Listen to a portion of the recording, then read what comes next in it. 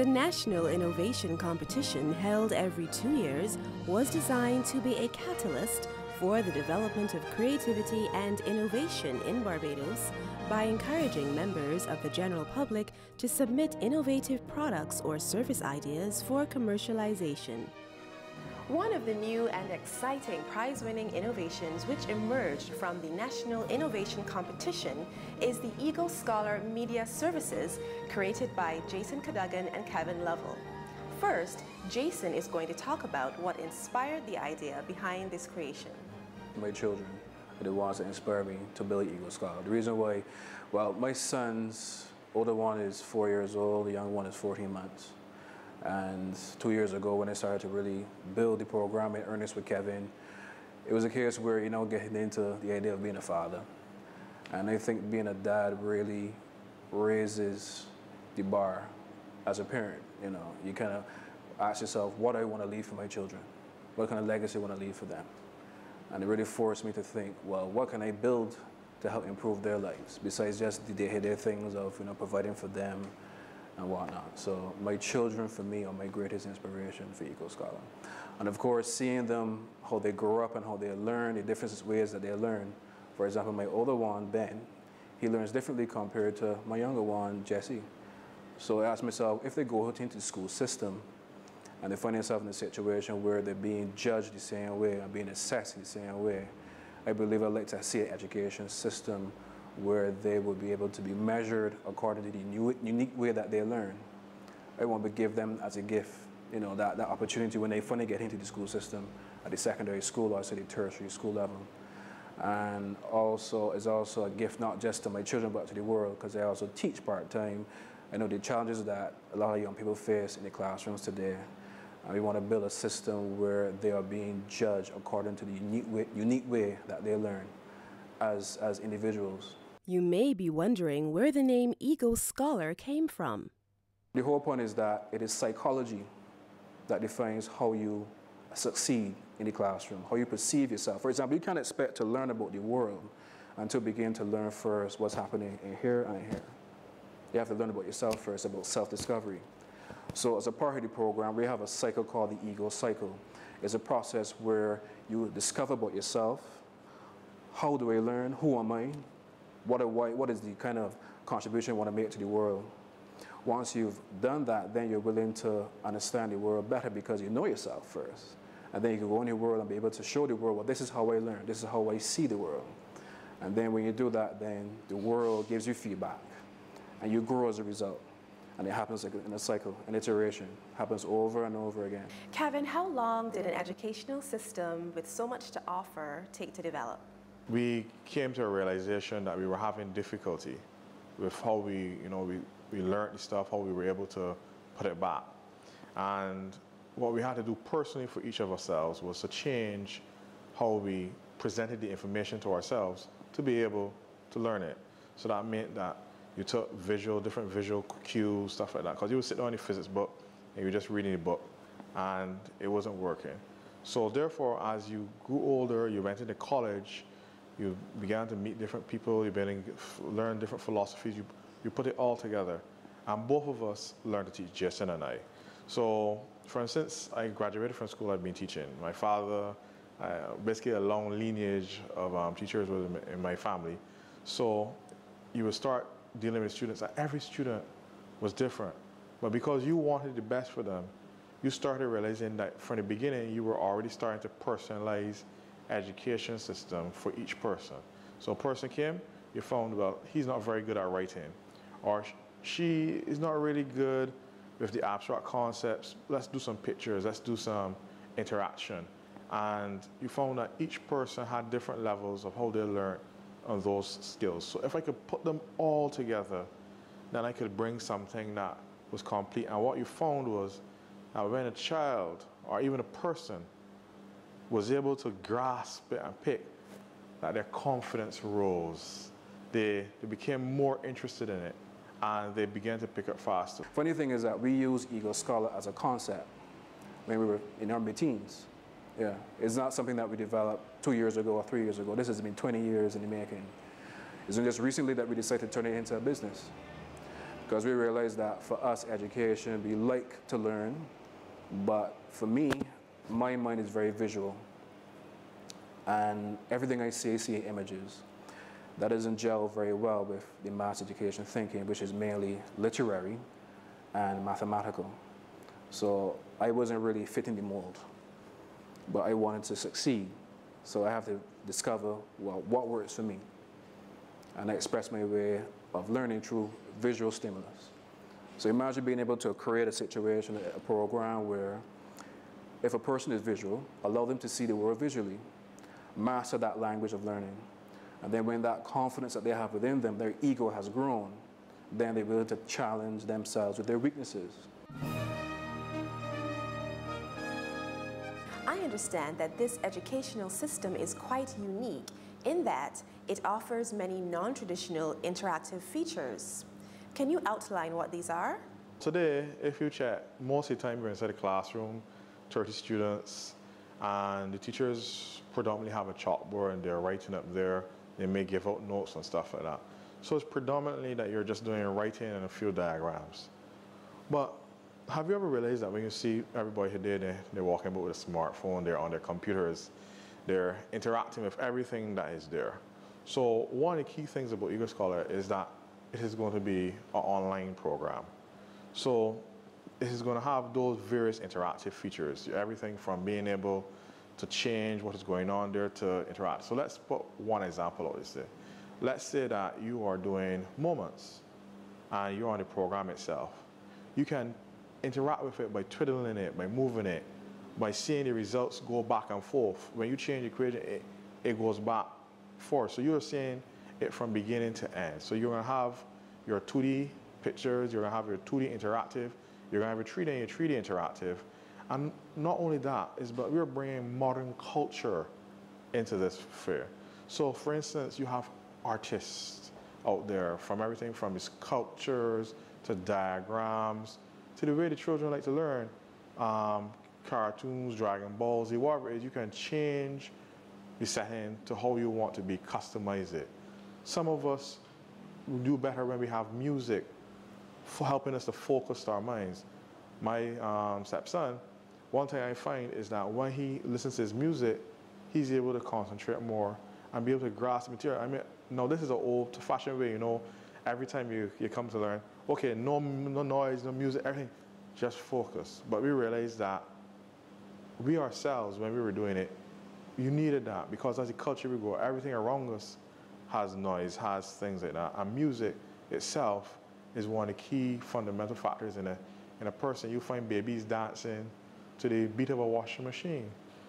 So it is something that is intrinsic in us. So all those various things, instead of letting them be a distraction, they will now be a help because they're part of us anyways. But your innovation does not stop there. Provision is also made for students who require a traditional classroom experience through the Eagle Scholar face-to-face centers. What does this business model entail? For the face-to-face centers, the Eagle Scholar program is both an online solution and eventually will grow into being a physical classroom environment. So imagine, for example, being able to learn calculus through dance. Yeah, imagine that. Because the whole idea is that Eagle Scholar is powered by using creative arts, just like in the Renaissance age. Creative arts, human expression, in terms of trying to understand the world and how to express your understanding of the world.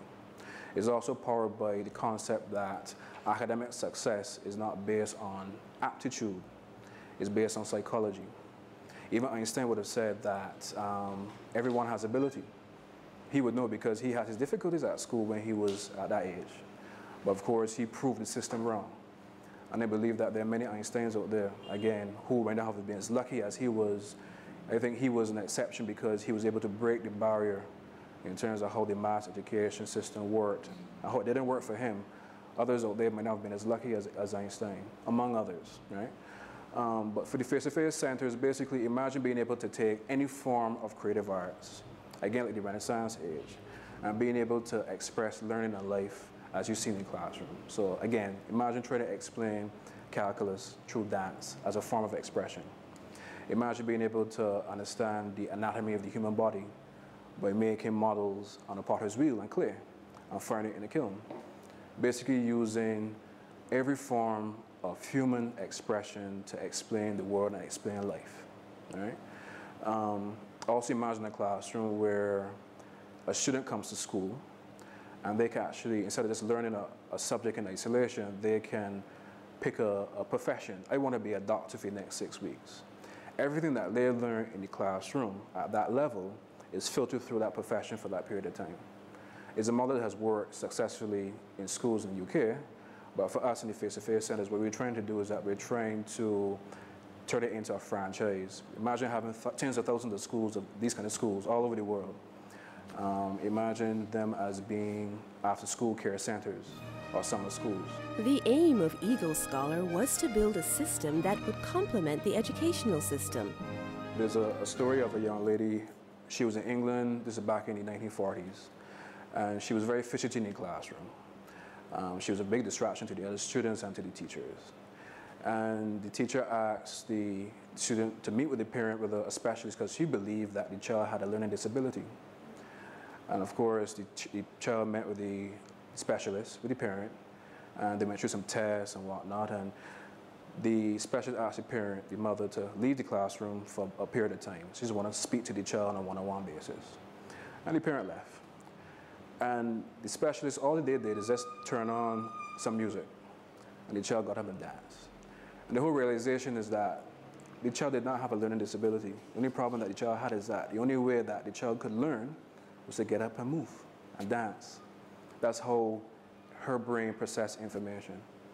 That might sound strange, but that's a reality for a lot of people all over the world. Yeah. Well, the thing is that young lady grew up to be one of the greatest choreographers in history. Her name is Gillian Lynn. And she was involved in the choreography for productions like Cats and for Phantom of the Opera. And if she was born in the 1980s and 1990s, she may have been put on ADD or ADHD medication. And that great talent would have been lost. But through Eagle Scholar, that wouldn't happen anymore. Every way that you learn naturally will be taken into account and used as the way that you learn within the classroom environment, as well as using the online program. Are there any upcoming innovations in the works? We just want to open that doorway to allow other innovative thinkers to join us using the program, because we don't want to keep the technology for ourselves. We want Eagle Scholar to be a Barbadian solution to a global problem. Imagine if there was a fun way of learning English at school, for example, through a word game designed to provide educational reinforcement. Well, there is.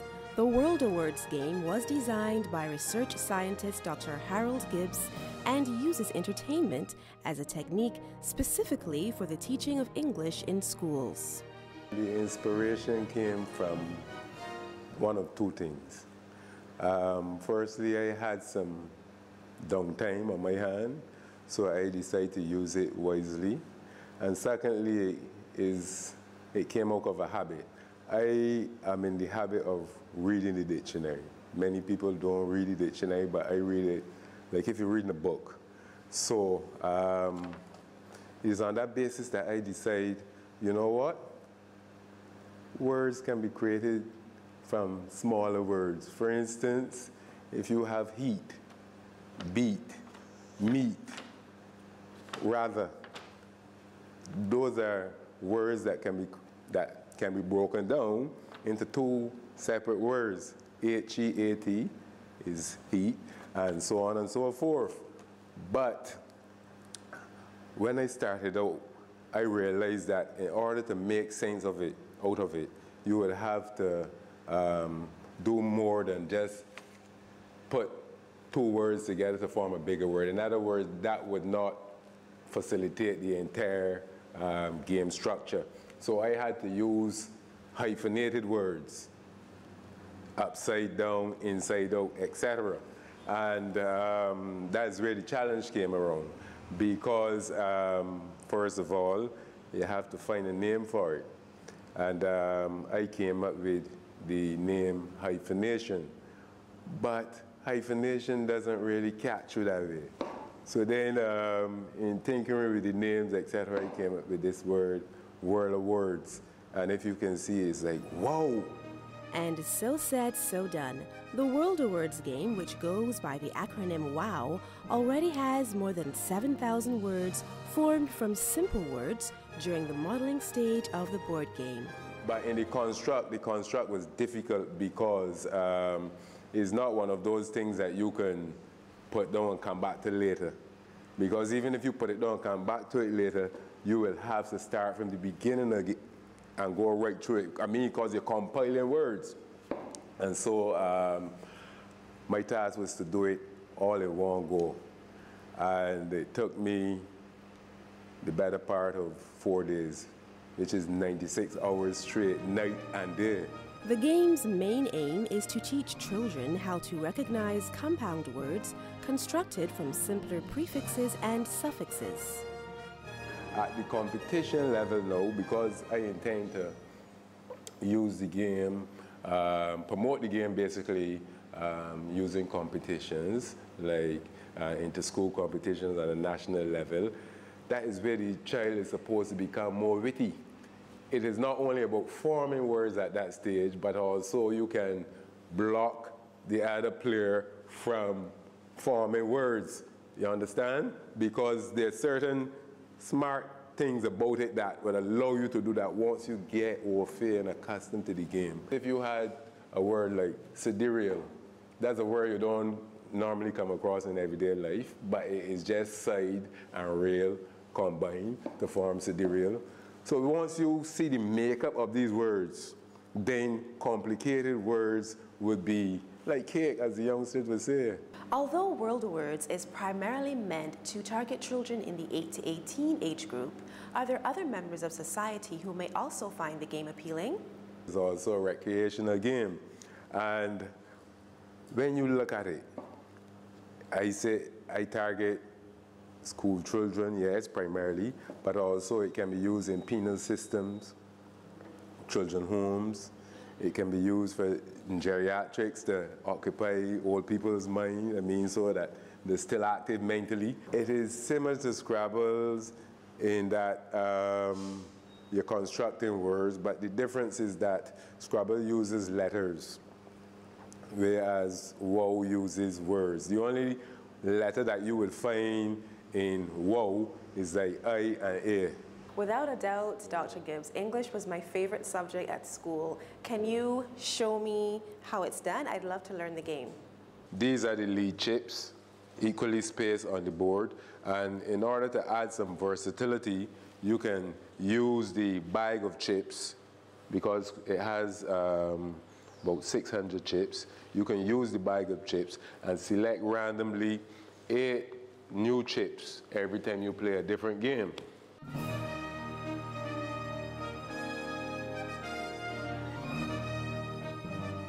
Apart from the 3 board game editions, there will also be 2 electronic versions. Can you outline the applications to be used? Currently, I'm trying to get the electronic version developed. I think it would be more economically prudent to launch the game firstly as an electronic version, because in that way we can get international recognition for the game, because for instance the game will be formatted to fit Apple iPod, BlackBerry, Droid, etc. And as long as you get it onto these people format, then it is like instant advertising internationally. Another computerized version is being formatted for use in competitions, which will be primarily conducted in schools. If you try to match a word and it doesn't fit as a word, then you'll be penalized. But the computer will refer to the dictionary to determine whether that is a word or not. Dr. Gibbs recommends that in order for innovation to develop locally, it must be recognized as a tool for generating business. We can't any longer continue to see businesses bare buy and sell using a markup.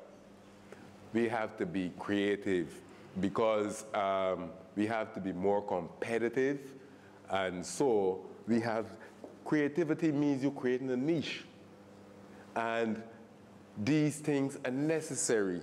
So therefore, we are hoping that government, business, both private and public sector, see the need to inject the necessary capital into these ventures. Perhaps it was the love of computer programming, which started as a hobby during his school days, that led Shannon Clark to produce his winning innovation, the Clever Grocer. Clever Grocer is a shopping tool that allows customers, or helps customers maximize their buying power while also shopping within their budget. And the way how it does this is that it provides an interactive online shopping list that provides shoppers with purchasing recommendations that suit their preferences. So one of the first preferences that most people think about is the budget. Because just think about it very simply. When we go to the supermarket, when we go to the cashier or whatnot, we always know what it is that we want to buy and how much we like to spend. But for some reason, the cashier keeps getting it wrong, right? So basically, what Clever Grocer does is that it bridges that gap. It informs customers ahead of time and helps them to keep informed. Initially, I started to think about, okay, how can I differentiate this from the current price comparison apps that I have throughout all the app stores and around the web. The fact of the matter is, there are very many of those. But here's the problem. Those apps present almost a paradox, really and truly, because the customer is trying to trick the retailer by going into the retailer's store and, okay, well, if I see a lower price, I'm going to this other store, I'm not staying in there anymore. And the retailer is trying to trick the customer by either by somehow getting the customer fooled into thinking that they should still stay in their store. So basically, it's a lose-lose.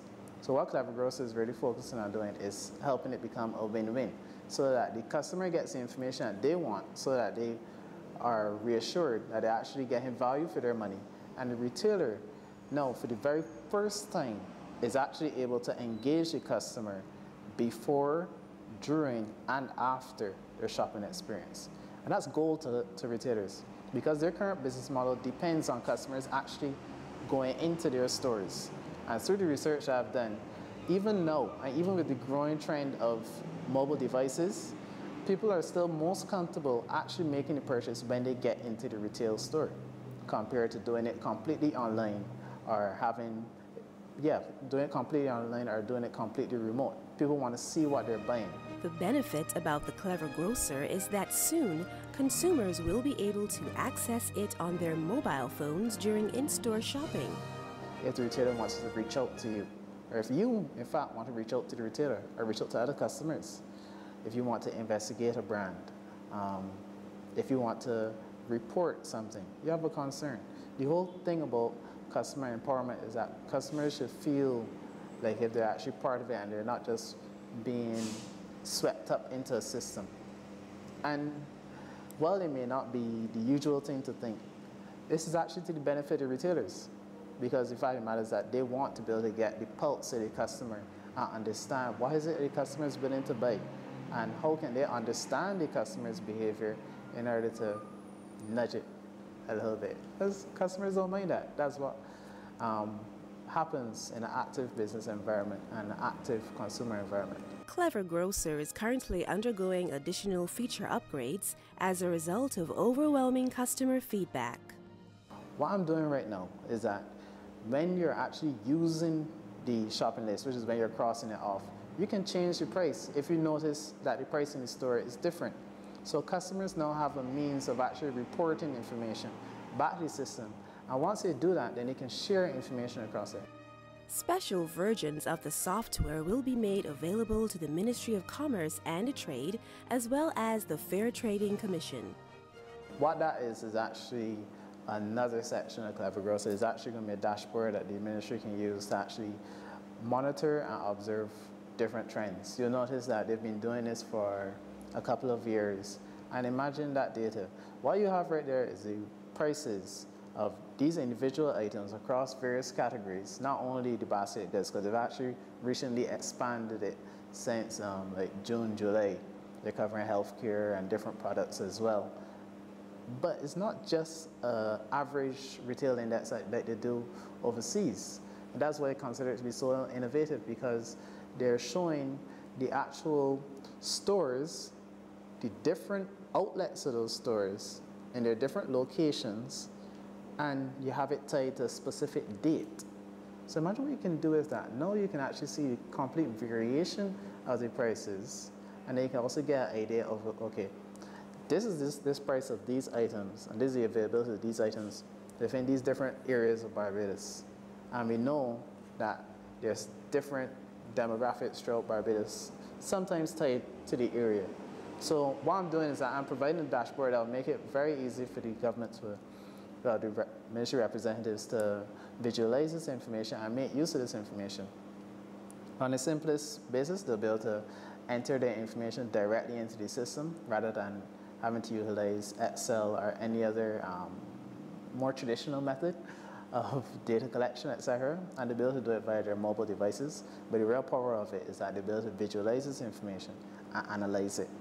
Other interesting features of your innovation are the free software development kits for the popular Nokia and BlackBerry phones. How far along are these developments?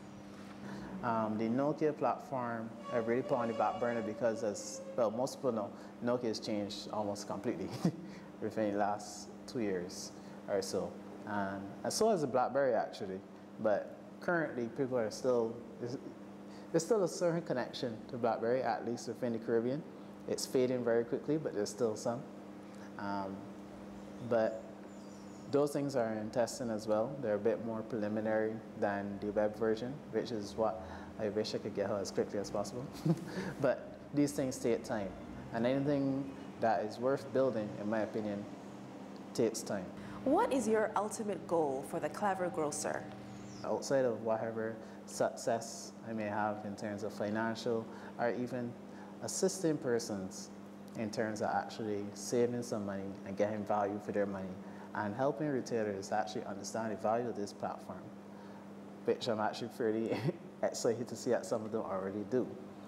I'm also hoping that through some stroke of luck, Clever Grocer can also become an example of what we as Caribbean people can do.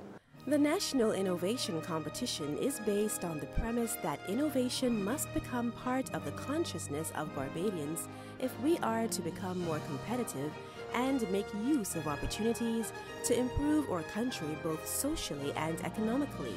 It is hoped that innovation will not only manifest itself in the creation of new products, but in the re-engineering of process and the exploitation of new markets for Barbados.